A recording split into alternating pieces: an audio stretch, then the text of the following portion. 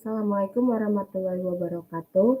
Pada kesempatan ini, kami dari kelompok 5 akan mempresentasikan tugas video mata kuliah Teori Akuntansi chapter 9 yang berjudul Pendapatan yang dibimbing oleh Bapak Dr. Sparta. PPT ini disusun oleh kelompok kami yang beranggotakan saya Felicia Deviani Siti Hawa dengan NIM 2019-12-13028. Saya Azhar Safa Putri Nabila dengan NIM 2019-12-11024. Saya Muhammad Aris Alwaridz dengan NIM 2019-12-11052. Berikut presentasinya.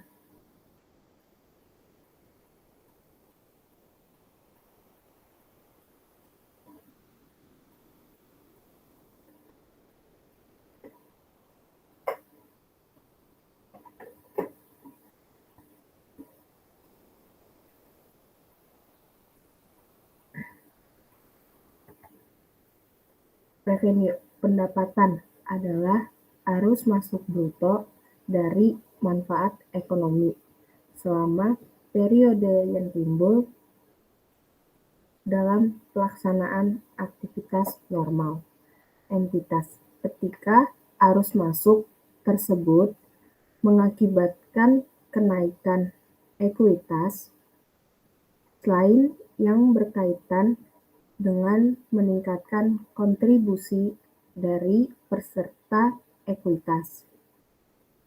Pendapatan aliran masuk aset atau kenaikan aset lainnya pada suatu entitas atau penyelesaian atau pelunasan kewajiban entitas tersebut. Dari penyerahan atau produksi barang, pemberian atau penyerahan jasa, atau kegiatan lain yang membentuk operasi sentral atau utama dan berlanjut dari entitas tersebut. Next.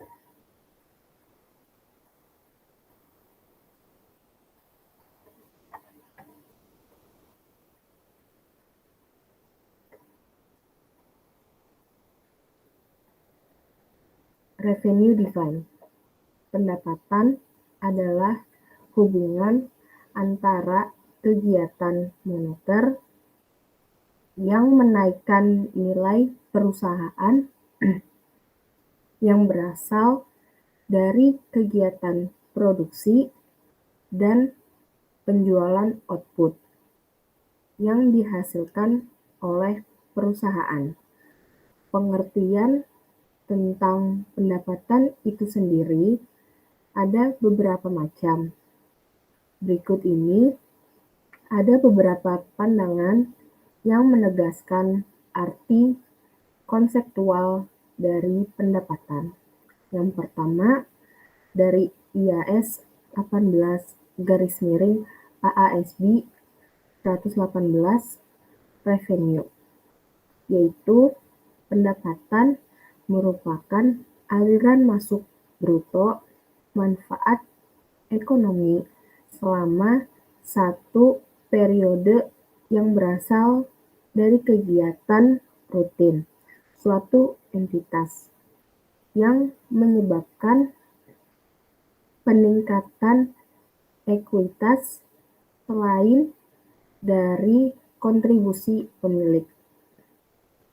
Yang kedua yaitu IASB framework. Revenue forms part of income.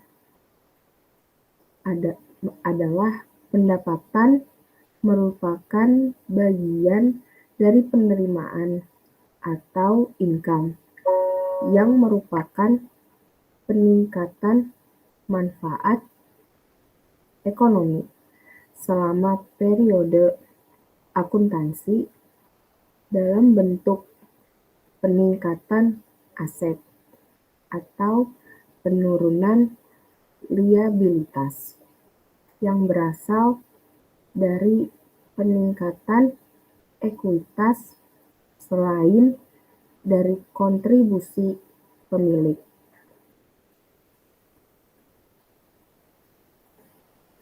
Ketiga, FASCB.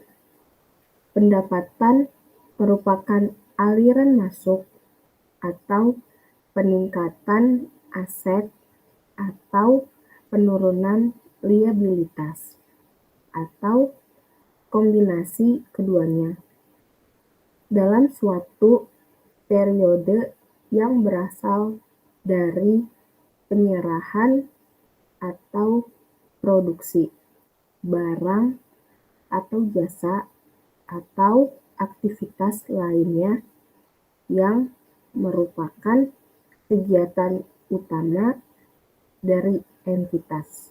Next.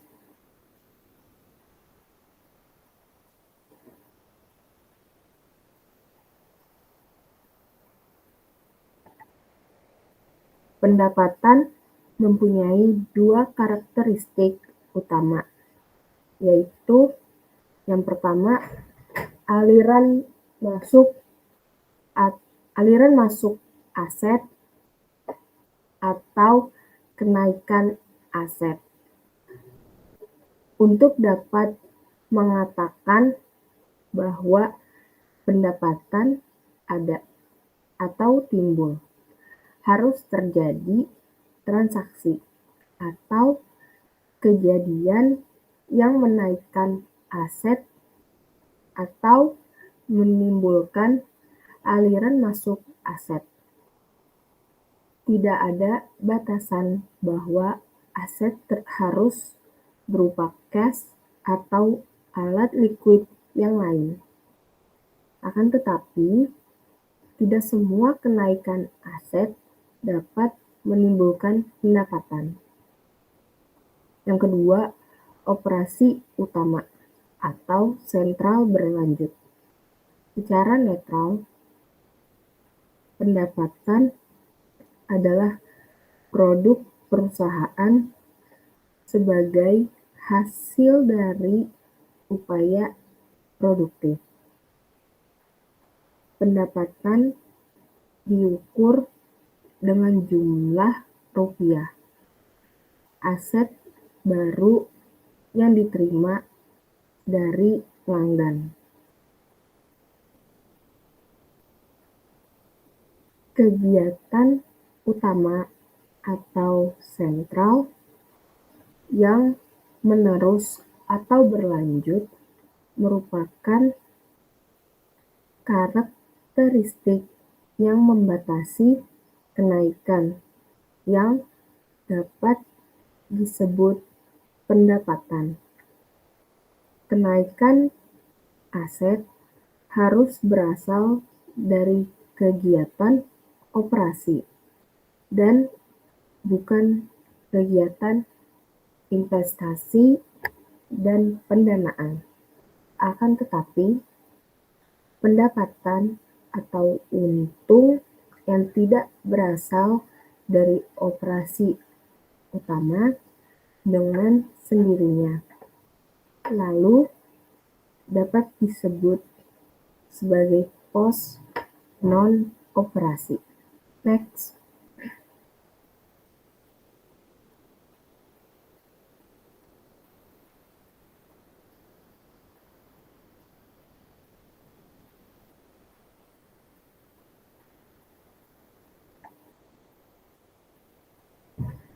Karakteristik pendukung dari definisi pendapatan. Yang pertama, operasi dan non-operasi, yaitu pemisahan hanya dapat dibenarkan kalau laba atau rugi tersebut benar-benar luar biasa dan berkaitan dengan tujuan perusahaan utama, hanya secara sangat kebetulan saja. Bila tidak bersifat luar biasa, pos-pos tersebut lebih tepat dilaporkan sebagai pendapatan lain-lain dan untung. Yang kedua, yaitu penurunan kewajiban. Terjadi penurunan atau pelunasan kewajiban. Next.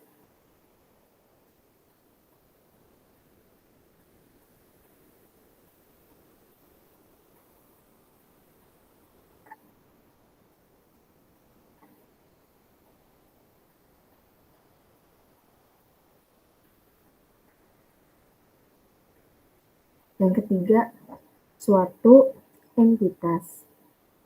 Maksudnya, dalam tujuan definisi mengisyaratkan bahwa konsep kesatuan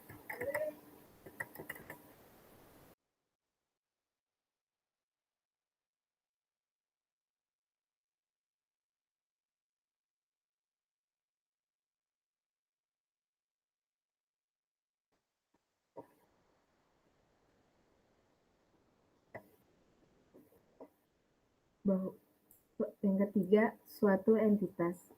Maksud dalam tujuan definisi mengisyaratkan bahwa konsep kesatuan usaha dianut dalam pendefinisian. Yang keempat, produk perusahaan. Pendapatan akhirnya harus direpresentasikan oleh aliran masuk dana dari pelanggan.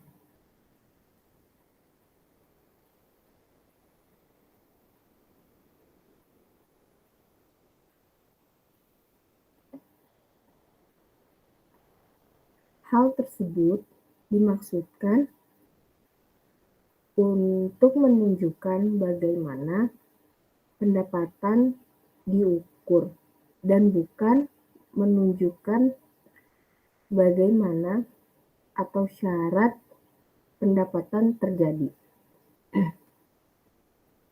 Next.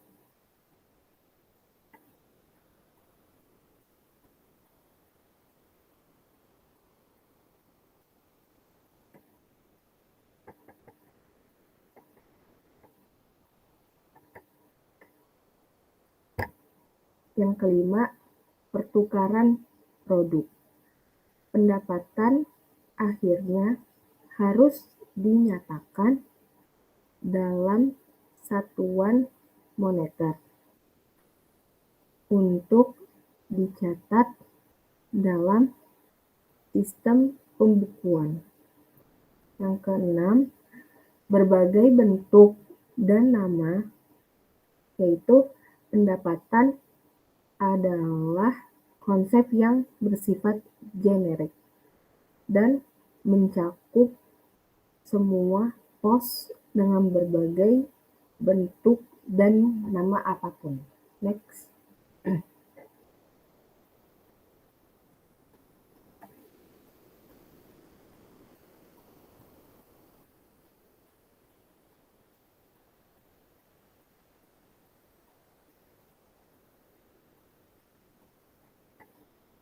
Yang terakhir, kenaikan ekuitas. Next.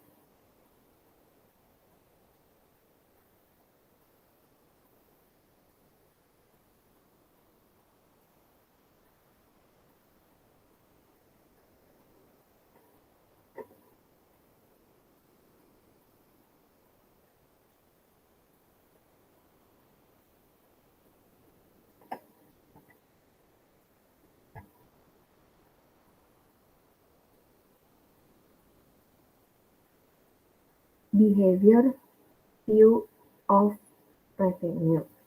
Yang pertama, dari Patton dan Littleton. Menurut mereka, pendapatan menunjukkan pencapaian bruto atau kinerja bruto perusahaan.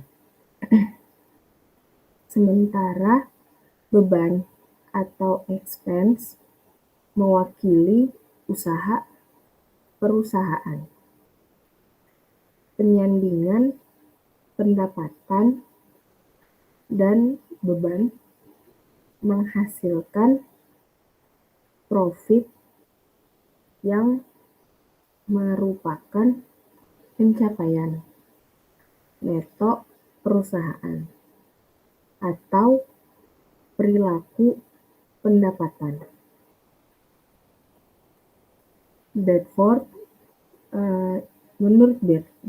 Menurut Bedford, profit akan naik hanya atas aktivitas yang merupakan operasi bisnis entitas, tidak termasuk yang merupakan hasil dari penerapan metode akuntansi.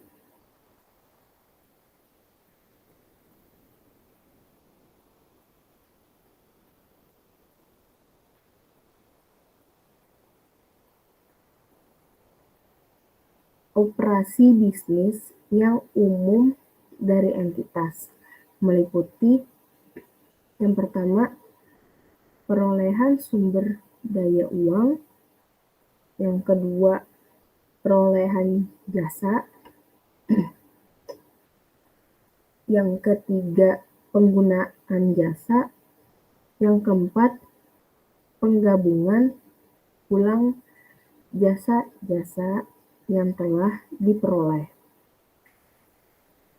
Penyerahan jasa, itu yang kelima. Yang keenam, distribusi sumber daya uang. Next.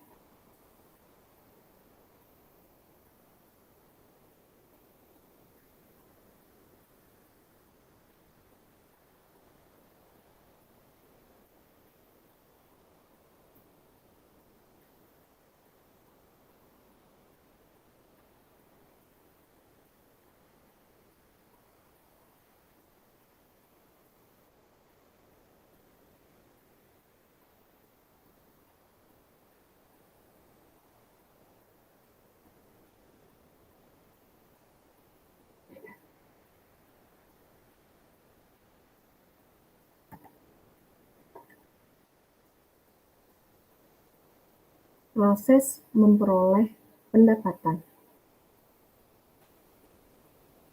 Yang pertama, purchase of service, kemudian ke produksi, kemudian ke storage of product, lalu ke sell on credit, kemudian ke collection of cash, dan terakhir ke storage of product. Menurut Myers, konsep pendapatan dan profit berhubungan dengan keputusan atau kejadian kritis tertentu yang dibuat oleh manajer. Profit diperoleh ketika pengambilan keputusan kritis atau melakukan tugas yang paling sulit dalam suatu siklus transaksi yang lengkap. Teori Myers ini membantu akuntan dalam menentukan kapan pengakuan pendapatan. Next.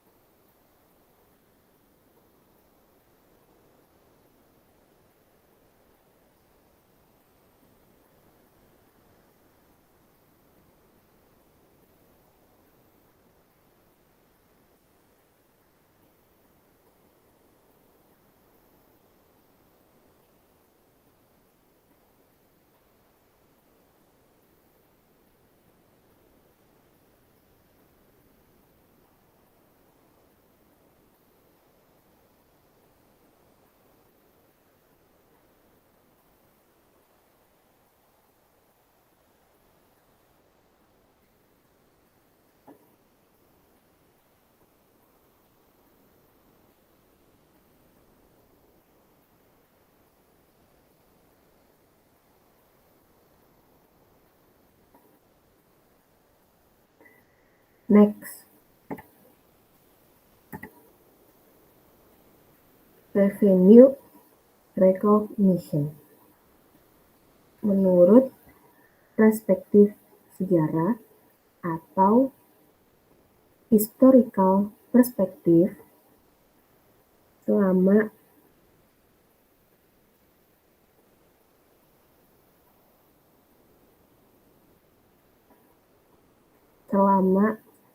abad ke-19, income atau profit bagi entitas bisnis ditentukan berdasarkan konsep peningkatan dalam kekayaan bersih yang dilakukan baik melalui kebijakan akuntansi, penggantian, atau dengan penilaian aset secara periodik atau cut-field. Namun, konsep ini dianggap berkontribusi atas terjadinya bencana ekonomi yang mengarah pada depresi besar-besaran tahun 1930-an karena penilaian aset yang berlebihan. Konsep ini kemudian digantikan secara bertahap dengan konsep bahwa income haruslah terrealisasi. Next.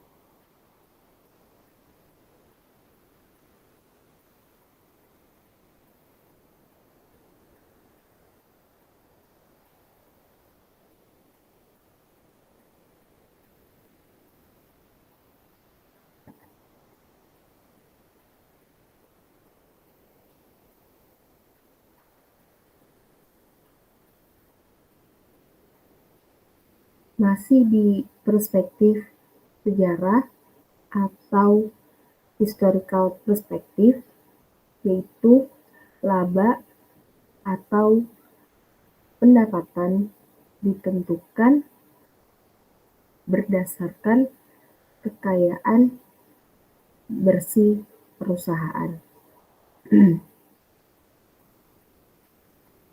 Yang kedua, digantikan oleh gagasan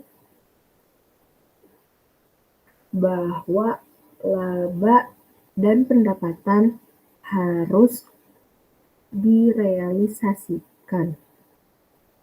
Yang ketiga, dikembangkan menjadi prinsip pengakuan pendapatan atau prinsip realisasi. Yang terakhir atau yang keempat, perbedaan antara modal dan keuntungan muncul dari putusan pengadilan. Next.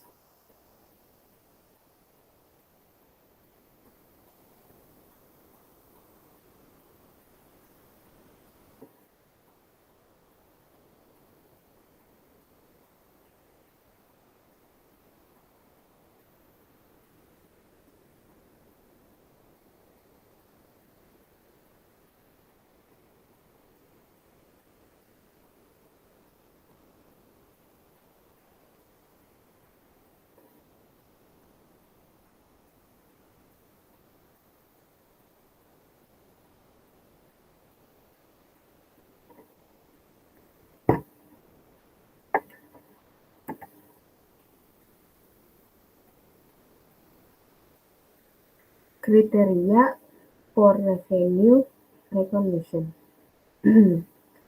Menurut Combs dan Martin, pengakuan pendapatan dapat terjadi pada satu bagian atau poin dalam siklus operasi entitas atau proses penerimaan seperti pada gambar berikut ini. Next.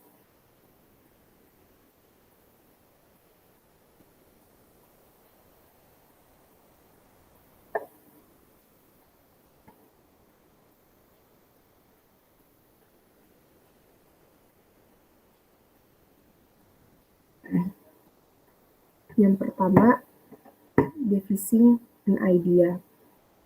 Yang kedua, making purchase atau of inventories.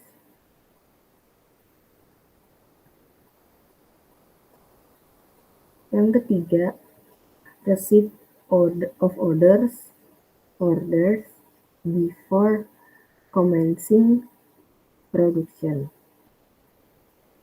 Yang keempat, baru dilakukan commencing production.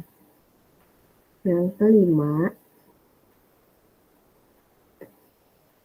progressively throughout production. Yang keenam, completion of production. Yang ketujuh, receipt of orders after completing production. Yang kedelapan, delivery of goods to customers. Yang kesembilan, atau yang terakhir, receipt of cash. Next.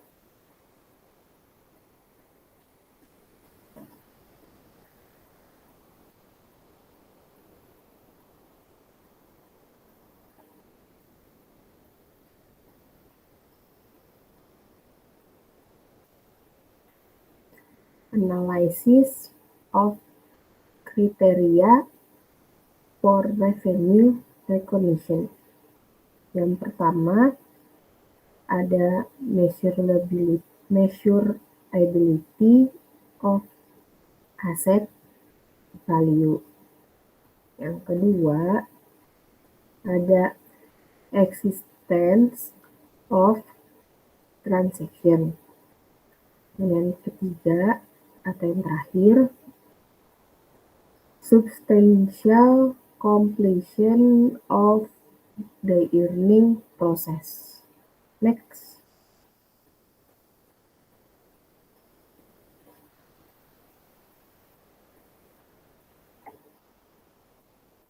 Yang pertama itu measurability of asset value.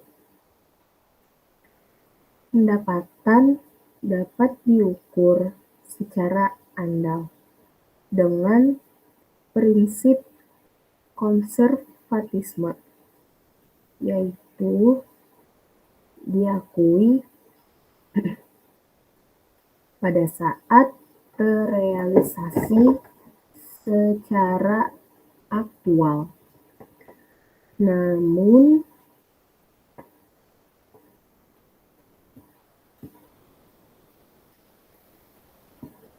pada akuntansi nilai wajar, perubahan nilai aset akan dicatat sebagai beban dan atau pendapatan karena menahan aset. Hal ini konsisten dengan pendekatan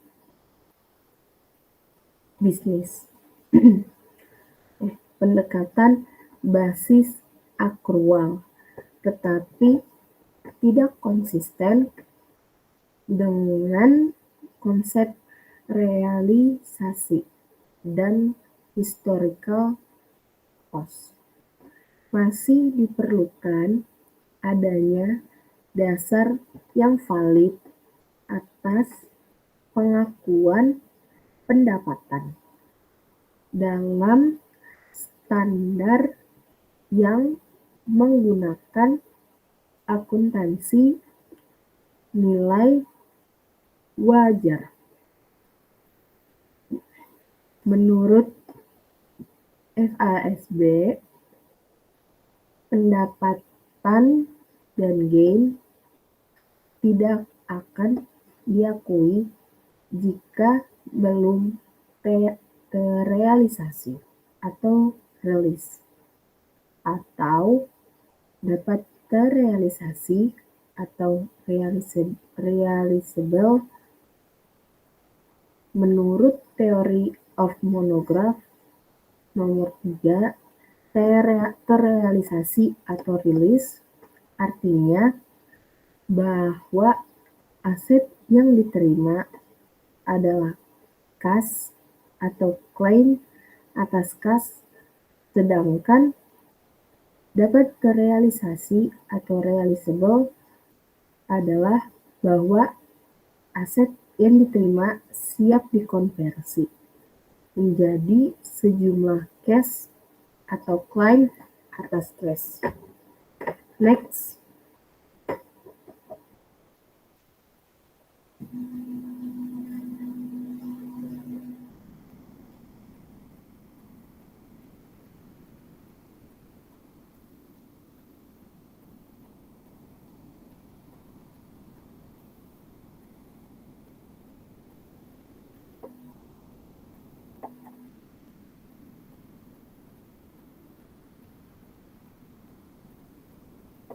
Menurut Patton dan Littleton, berdasarkan pandangan mayoritas, pendapatan terrealisasi ketika dibuktikan dengan cash atau cash receipt atau piutang atau aset lancar lainnya.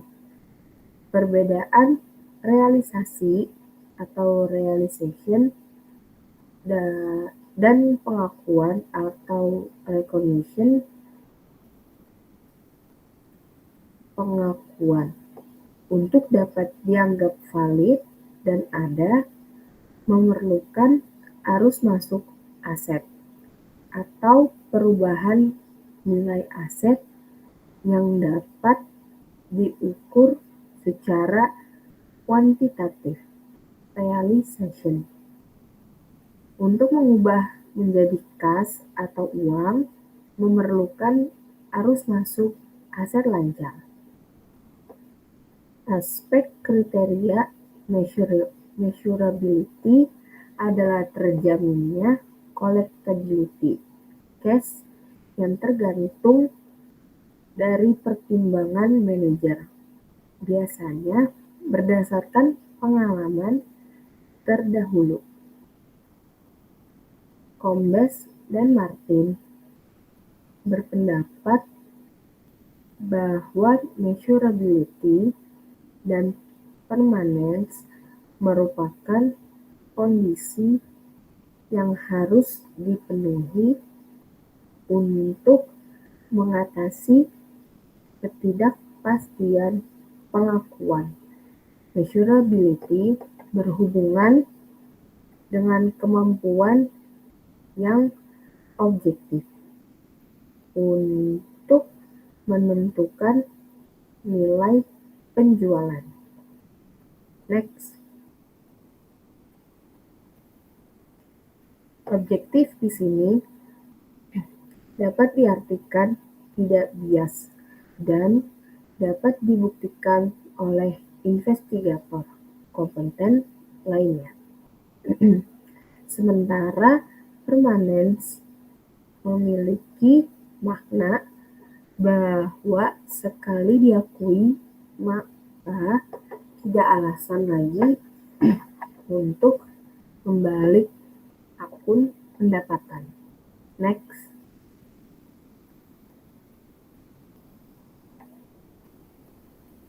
Existence of a transaction. Ketika sebuah pihak eksternal dalam transaksi jangka panjang menyatakan kesediaan untuk membayar harga yang diberikan untuk produk perusahaan. Transaksi ini tentu merupakan bukti objektif dari peningkatan nilai perusahaan. Pihak luar memberikan bukti yang menguatkan nilai output. Next.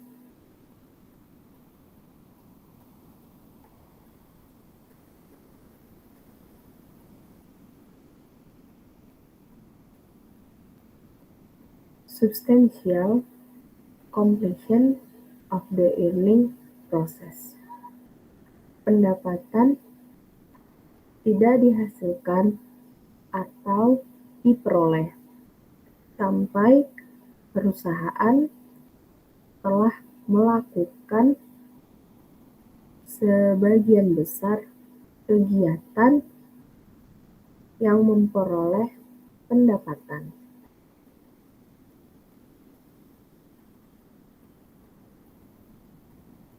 Pendapatan tidak dianggap telah diperoleh sampai perusahaan telah melakukan sesuatu.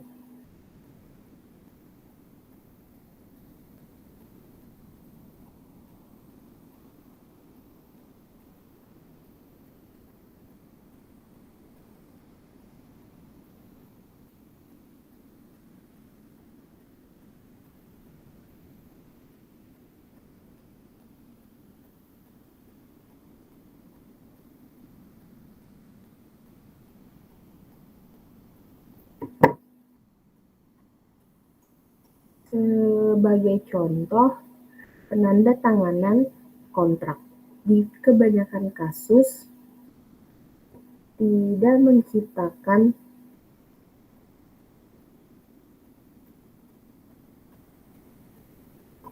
pendapatan karena tidak ada kinerja yang dilakukan oleh penjual. Next. Selanjutnya akan dipresentasikan oleh Azhar Safa Putri Nabila dengan NIM 2019-12-11-024.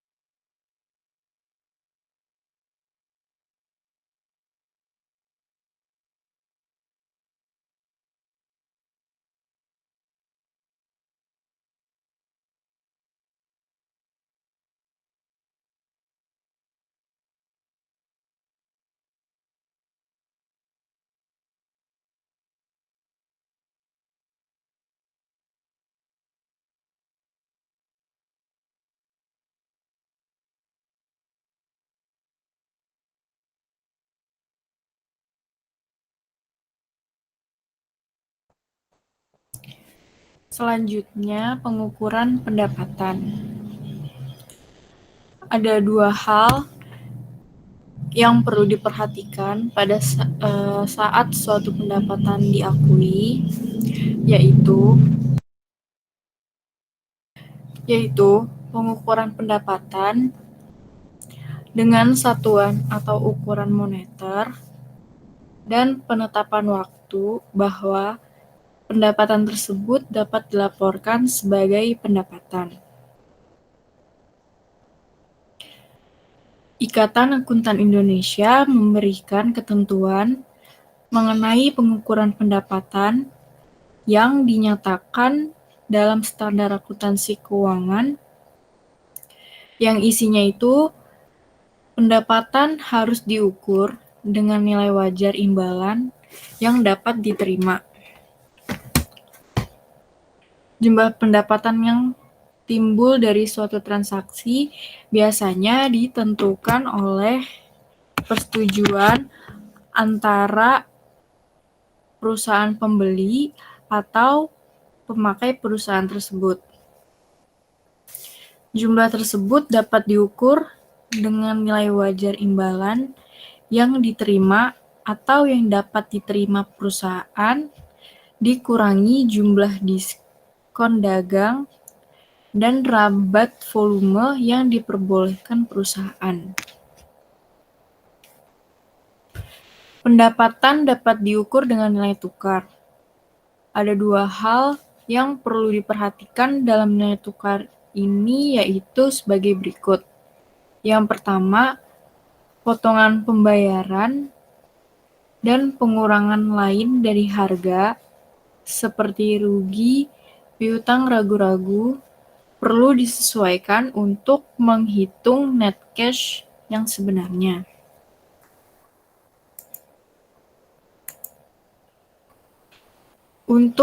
Yang kedua, untuk transaksi bukan dengan kas, apabila nilai dari barang yang diserahkan dianggap sama dengan nilai pasar wajar dari barang yang akan diterima.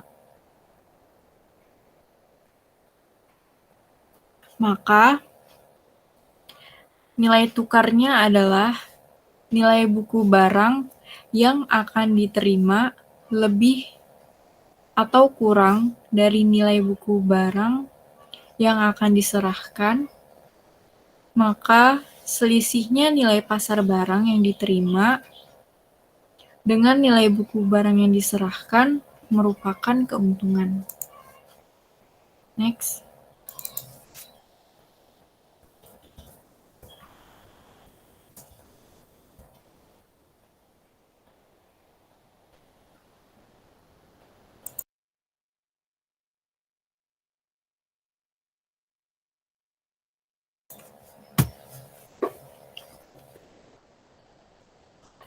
Berikut ada berbagai macam dasar pengukuran pendapatan antara lain. Yang pertama itu cash equivalent, yaitu jumlah rupiah kas penghargaan produk yang terjual baru akan menjadi pendapatan yang sepenuhnya setelah produk yang terjual baru akan diproduksi dan penjualan benar-benar terjadi.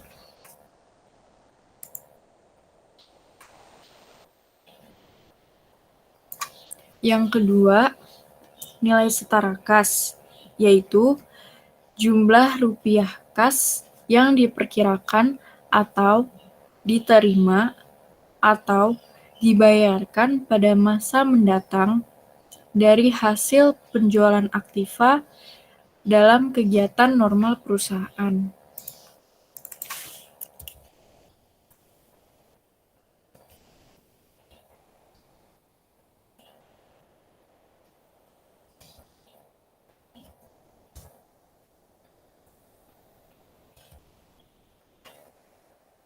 Yang ketiga,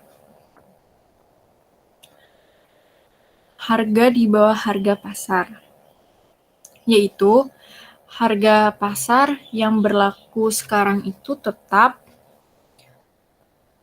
tetapi nilainya di bawah harga pasar semula. Lalu yang keempat itu harga pasar, yaitu harga jual bersih yang diperkirakan dikurangi biaya simpanan, biaya penjualan, dan biaya penyerahan produk.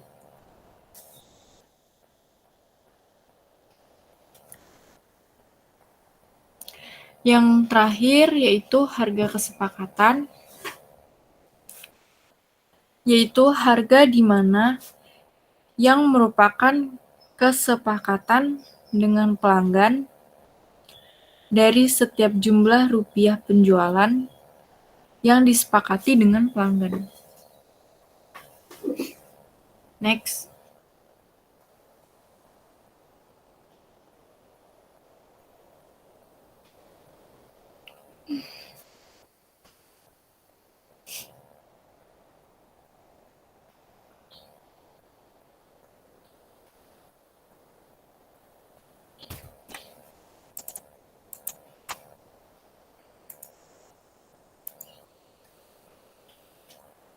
Selanjutnya, pengukuran dan pengakuan pendapatan menurut SAK nomor 23. Pendapatan adalah arus masuk bruto dari manfaat ekonomi yang timbul dari aktivitas normal perusahaan selama satu periode bila arus masuk itu mengakibatkan kenaikan ekuitas yang tidak berasal dari kontribusi penanaman modal.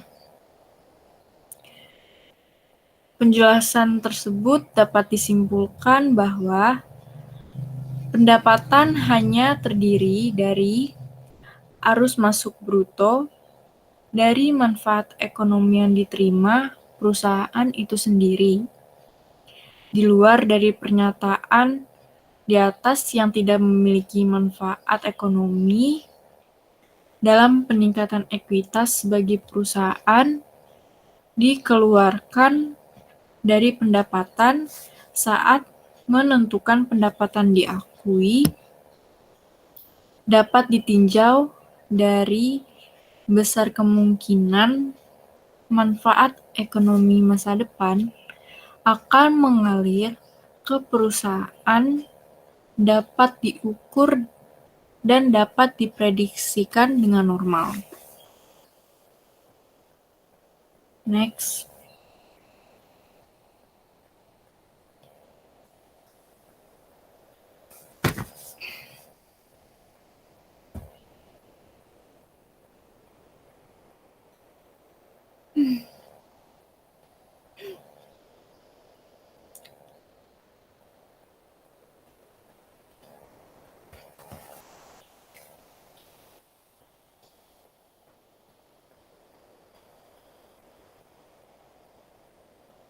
Pengukuran pendapatan. Pendapatan harus diukur dengan nilai wajar imbalan yang diterima atau yang dapat diterima. Jumlah pendapatan yang timbul dari suatu transaksi biasanya ditentukan oleh persetujuan antara perusahaan dengan pembeli atau pemakai aktiva tersebut. Jumlah tersebut diukur dengan nilai wajar imbalan yang diterima atau yang dapat diterima perusahaan dikurangi jumlah diskon dagang dan rabat volume yang diperbolehkan oleh perusahaan. Pada umumnya, imbalan tersebut berbentuk kas atau setara kas, dan jumlah pendapatan adalah jumlah kas atau setara kas yang diterima atau yang dapat diterima. Namun, jika terdapat perbedaan antara nilai wajar dan jumlah nominal, maka imbalan tersebut diakui sebagai pendapatan bunga. Nilai wajar di sini dimaksudkan sebagai suatu jumlah di mana kegiatan mungkin ditukarkan atau suatu kewajiban diselesaikan antara pihak yang memakai dan berkeinginan untuk melakukan transaksi wajar.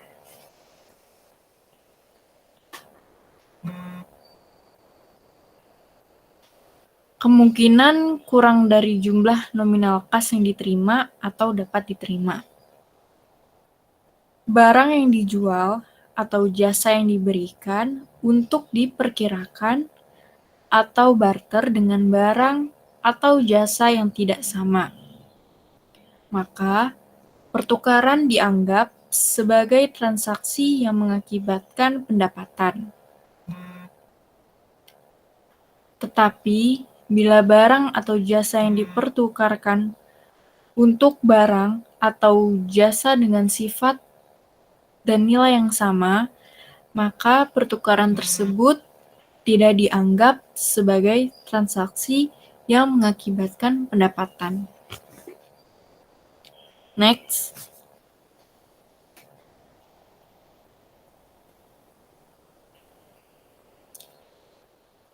Selanjutnya, masalah pengukuran pendapatan. Nilai tukar produk atau jasa sebagai hasil penjualan perusahaan merupakan ukuran terbaik dan paling objektif bagi pendapatan. Penentuan satuan ukur untuk pendapatan secara umum dinyatakan dengan jumlah uang atau unit moneter. Penentuan ini menimbulkan masalah. Oleh sebab itu, adanya penurunan atau kenaikan daya beli umum sepanjang waktu. Keterbatasan pengukuran pendapatan dapat timbul karena data akuntansi disajikan berdasarkan asumsi bahwa data itu relevan. Meramalkan pada masa yang akan datang, pada umumnya itu tidak pasti. Maka sulit untuk menetapkan pengukuran yang relevan untuk tujuan ini. Namun, ketidakmampuan untuk membuat pengukuran pendapatan yang terandal dan atribut khusus yang dianggap relevan dapat juga disebabkan oleh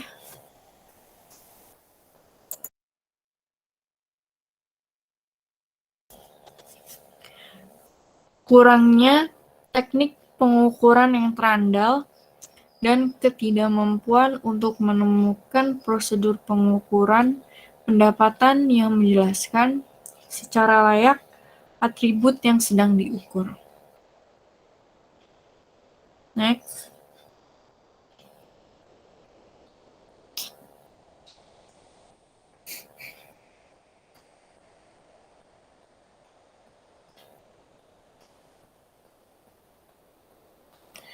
Pengukuran akuntansi haruslah diarahkan ke penyajian informasi yang relevan untuk penggunaan yang ditetapkan. Pembatasan data yang tersedia dan ciri-ciri tertentu dari lingkungan membatasi keakuratan dan keterandalan pengukuran. Oleh sebab itu, keterbatasan ini harus dikemukakan secara eksplisit dan dipertimbangkan dalam pengembangan prinsip serta prosedur akuntansi. Karena kendala-kendala ini tidak dapat dibuang oleh lingkungan atau kurangnya alat pengukur yang memadai. Next.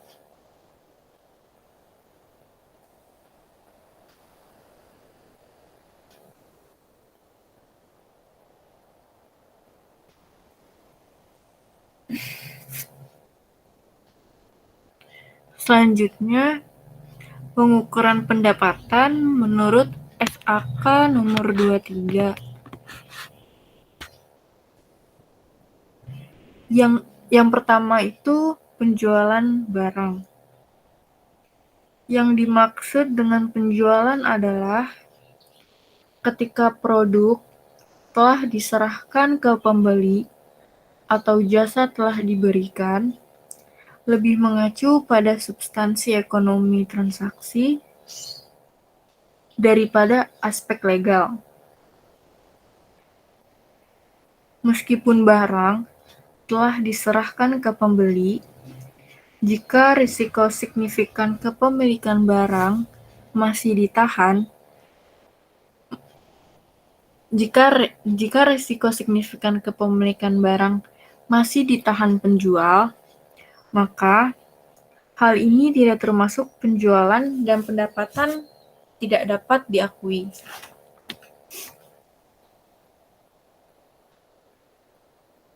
Pendapatan dari penjualan barang harus diakui bila seluruh kondisi berikut dipenuhi.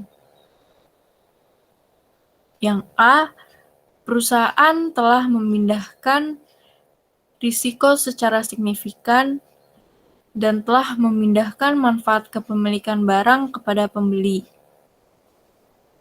B, perusahaan tidak lagi mengelola atau melakukan pengendalian efektif atas barang yang dijual.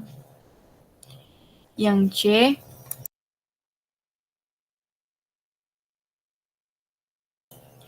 C, jumlah pendapatan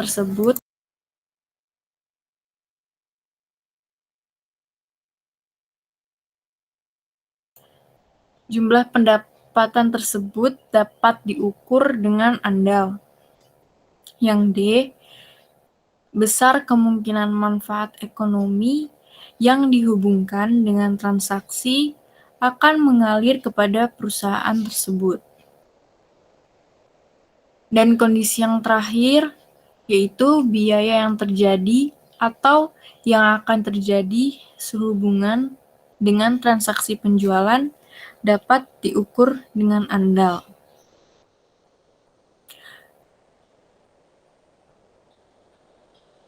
Pengecualian dari kondisi pendapatan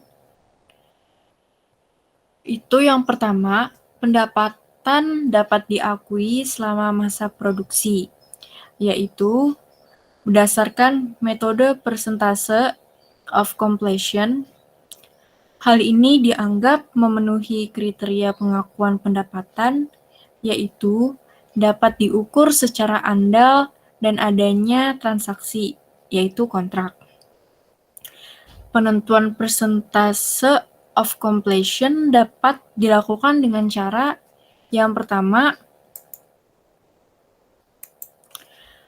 proporsi biaya kontrak dibebankan pada pekerjaan yang dilakukan sampai periode tertentu dibandingkan dengan total estimasi biaya kontrak.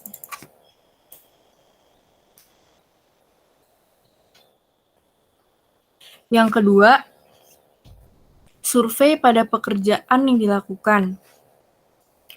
Yang ketiga,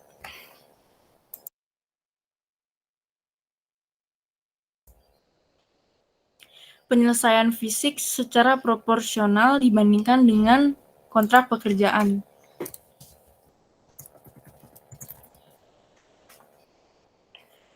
Yang B, pendapatan diakui di akhir masa produksi, yaitu jika peristiwa penting adalah pada saat produksi dan penjualan setelahnya hanyalah sesuatu yang rutin, sehingga dianggap akan selalu terjadi. Yang C, pendapatan diakui pada saat kas diterima setelah penjualan dilakukan, yaitu pada penjualan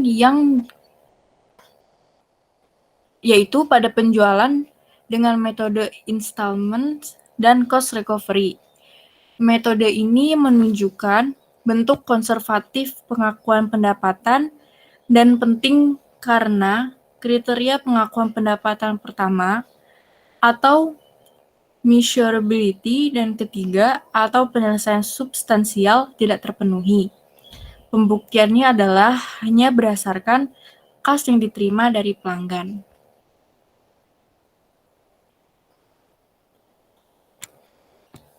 Next. Selanjutnya akan dilanjutkan oleh Aris Alwaritz.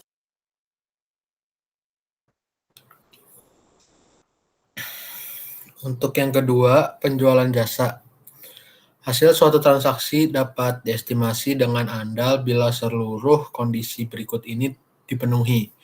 Kondisi yang pertama itu adalah jumlah pendapatan dapat diukur dengan andal. Yang kedua, besar kemungkinan manfaat ekonomi sehubungan dengan transaksi tersebut akan diperoleh oleh perusahaan.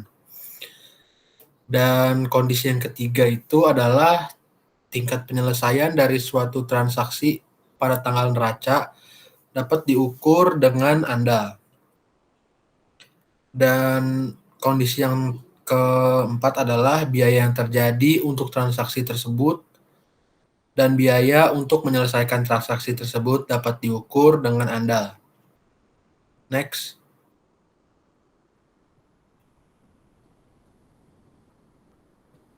Yang ketiga, ada bunga, royalti, dan dividen.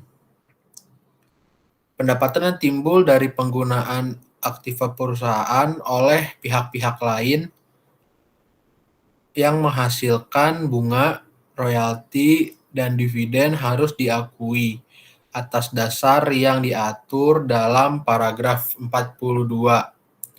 Apabila yang pertama, besar kemungkinan manfaat ekonomi sehubungan dengan transaksi tersebut akan diperoleh perusahaan. Yang kedua, jumlah pendapatan dapat diukur dengan andal. Pendapatan harus diakui dengan dasar sebagai berikut. Dasar yang pertama adalah bunga harus diakui atas dasar proporsi waktu yang memperhitungkan hasil efektif aktiva tersebut. Yang kedua, royalti harus diakui atas dasar akrual sesuai dengan substansi perjanjian yang relevan. Yang ketiga, dalam metode biaya cost method, dividen tunai harus diakui bila hak pemegang saham untuk menerima pembayaran ditetapkan. Next.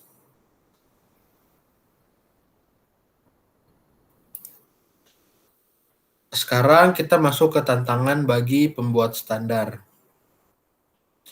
FASB dan IASB telah melakukan penetapan terhadap prinsip pengakuan dan pengukuran pendapatan, yaitu yang pertama, pengakuan pendapatan berada pada periode akuntansi yang bersangkutan dan diukur berdasarkan fair value. Yang kedua, nilai wajar pada periode akuntansi tersebut jika dasar pengukuran nilai wajar tersebut dapat diandalkan. Dan yang ketiga, pengukuran pendapatan juga dilakukan akibat dari naik dan turunnya nilai wajar dari sebuah aset dan liabilitas. Next.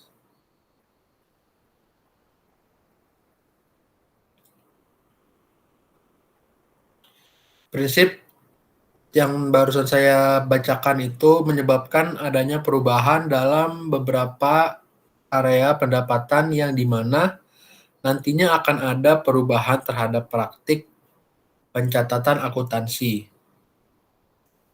Misalnya, pengakuan pendapatan berdasarkan waktu terjadinya transaksi pendapatan, bukan berdasarkan pada realisasi pendapatan. Kemudian pengakuan pendapatan tidak hanya berasal dari nilai aset akibat dari siklus produksi, tapi juga adanya remeasurement terhadap aset yang bersifat holding. Pengakuan berdasarkan nilai wajar mempengaruhi dalam mengambil keputusan ke depannya.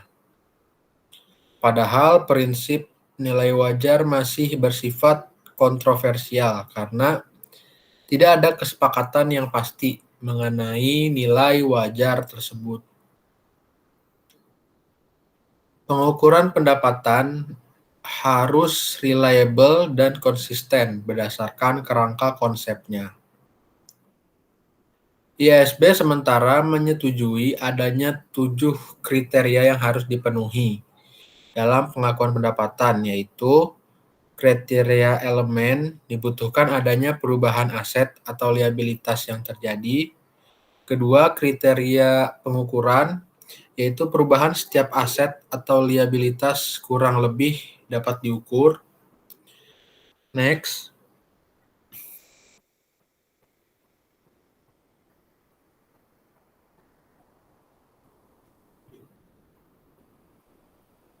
Sekarang kita masuk ke pengukuran nilai wajar atau fair value. Dalam IASB telah dijelaskan bahwa pendapatan dapat berasal dari perubahan nilai aset.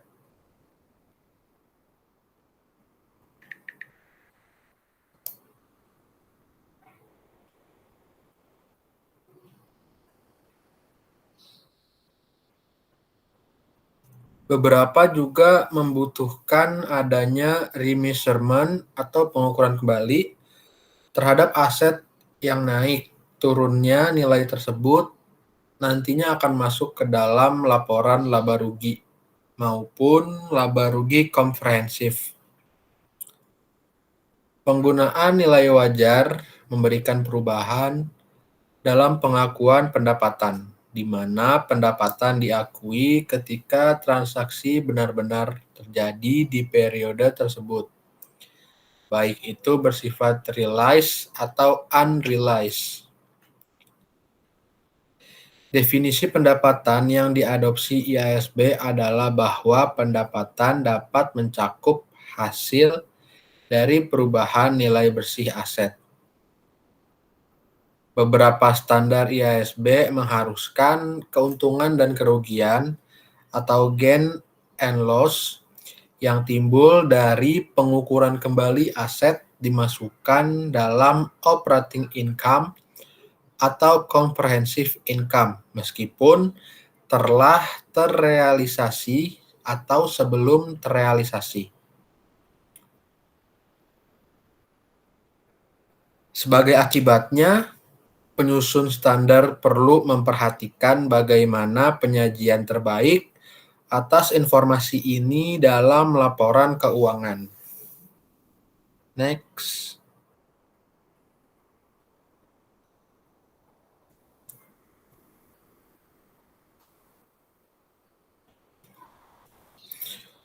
Sekarang kita masuk ke Financial Statement Presentation. IASB dan FASB melakukan proyek kerja terkait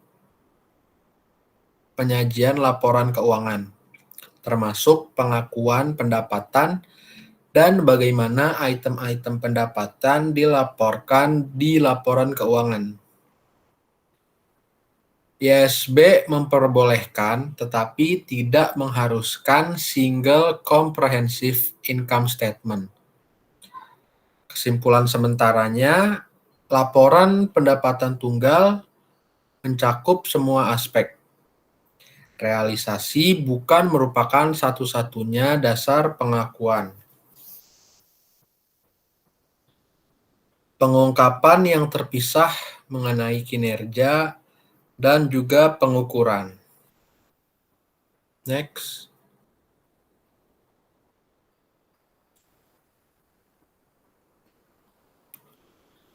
Penyajian laporan keuangan.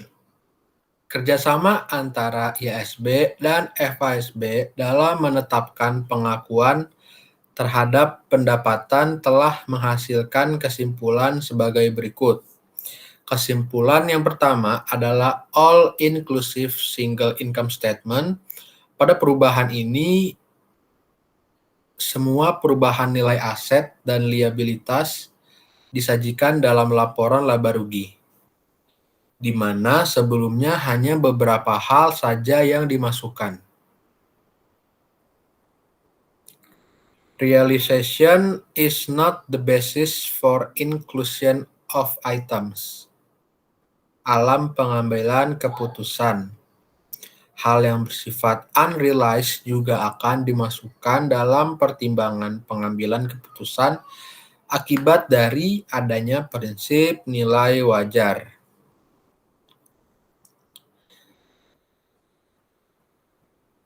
Kesimpulan yang ketiga adalah separate disclosure on performance and remeasurement.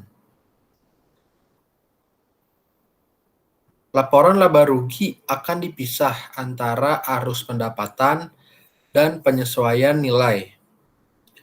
Perubahan nilai wajar aset dan liabilitas akan dijelaskan penyebabnya, seperti performa perusahaan, kondisi ekonomi, ekspektasi pasar, dan lain-lain.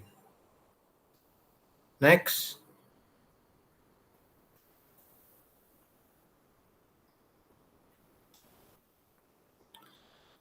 Sekarang kita masuk ke permasalahan untuk auditor atau masalah untuk auditor. Masalah utama bagi auditor terkait dengan pendapatan adalah risiko lebih catat yang dilakukan oleh manajer. Lebih catat pendapatan itu dapat terjadi jika transaksi atau peristiwa terkait pencatatan pendapatan belum terjadi. Kemudian jumlah pencatatan juga tidak dicatat secara benar, atau pendapatan yang terjadi terkait transaksi pada periode berikutnya. Selain itu, pendapatan juga berisiko terkait pengungkapan pendapatan. Misalnya penjualan ke pihak berelasi tidak dicatat secara akurat. Lebih catat pendapatan dianggap sebagai masalah yang lebih besar dibandingkan dengan kurang catat. Ini dilakukan oleh manajer untuk menutupi kejadian sesungguhnya terjadi dan sulit untuk dideteksi. Next.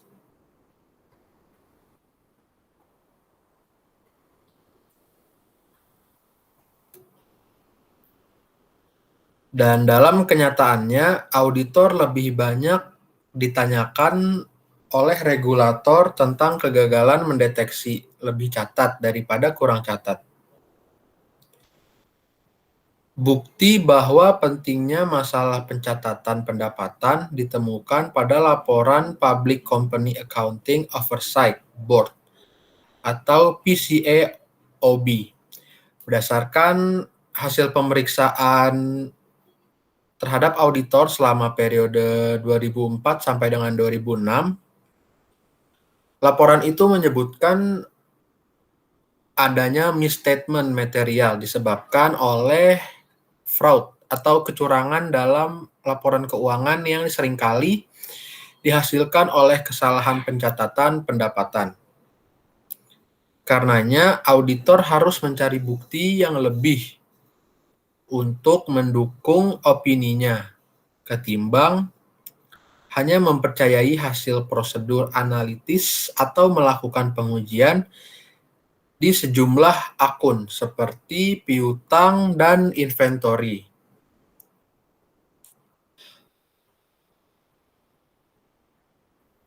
Pakar teori akuntansi Hart, Krause, dan Langsam mereview beberapa kecurangan besar dan pandangan SEC dalam mengaplikasikan prinsip akuntansi dan dasar dalam pengakuan pendapatan,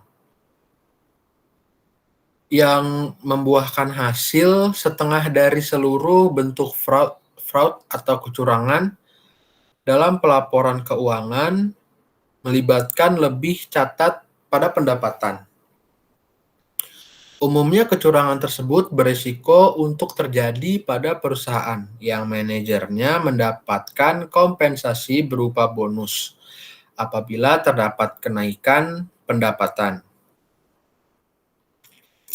Baik PCAOB dan Hart dan kawan-kawannya menyatakan pengakuan pendapatan merupakan masalah yang sulit ketika transaksinya kompleks.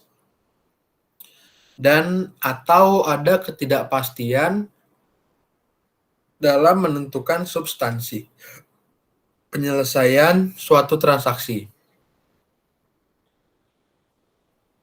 Auditor juga bertanggung jawab dalam menilai dasar dari keputusan manajer tentang keberadaan dan nilai pendapatan yang diakui pada periode tertentu. Dan masalah untuk auditor yang berikutnya adalah risiko penyajian pendapatan yang terlalu besar atau overstatement terjadi jika yang pertama, transaksi atau kejadian yang mendasari pencatatan pendapatan belum terjadi atau tidak dikenakan terhadap entitas. Dan risiko yang kedua adalah jumlah pencatatan tidak dicatat dengan tepat. Biasanya ini terjadi karena human error. Dan risiko yang ketiga, pendapatan untuk periode tersebut terkait atas transaksi untuk periode akuntansi yang akan datang. Next.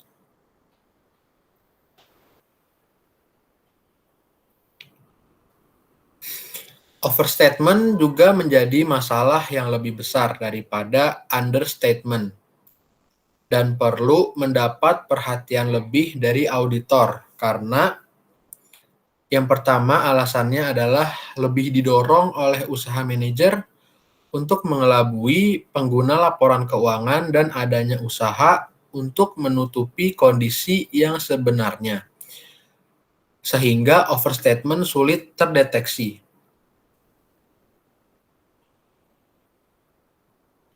Dan alasan yang kedua adalah terdapat bias dalam akuntansi, di mana auditor lebih dipertanyakan apabila mengalami kegagalan dalam mendeteksi kesalahan yang mengarah ke pendapatan yang overstate daripada yang understate.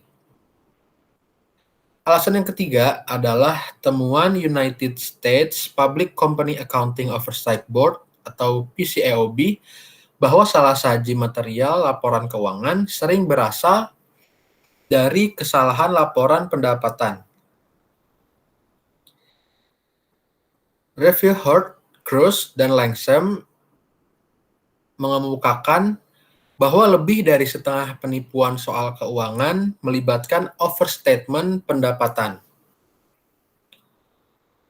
Kemudian alasan yang kelima adalah dapat menjadi masalah yang sulit untuk transaksi yang rumit dan atau tidak kepastian signifikan mempengaruhi penentuan penyelesaian transaksi secara substansial, sehingga auditor bertanggung jawab untuk menilai dasar keputusan manajer terkait eksistens dan nilai pendapatan yang diakui pada periode berjalan.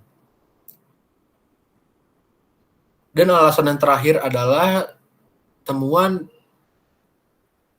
Public Company Accounting Oversight Board bahwa seringkali defisiensi kinerja perusahaan audit atas prosedur audit adalah terkait akun pendapatan. Next.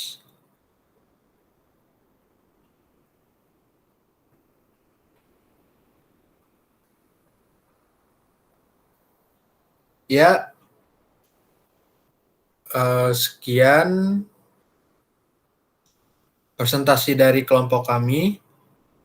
Mohon maaf jika ada kesalahan pembicaraan, kesalahan kata-kata. Mohon maaf. Assalamualaikum warahmatullahi wabarakatuh.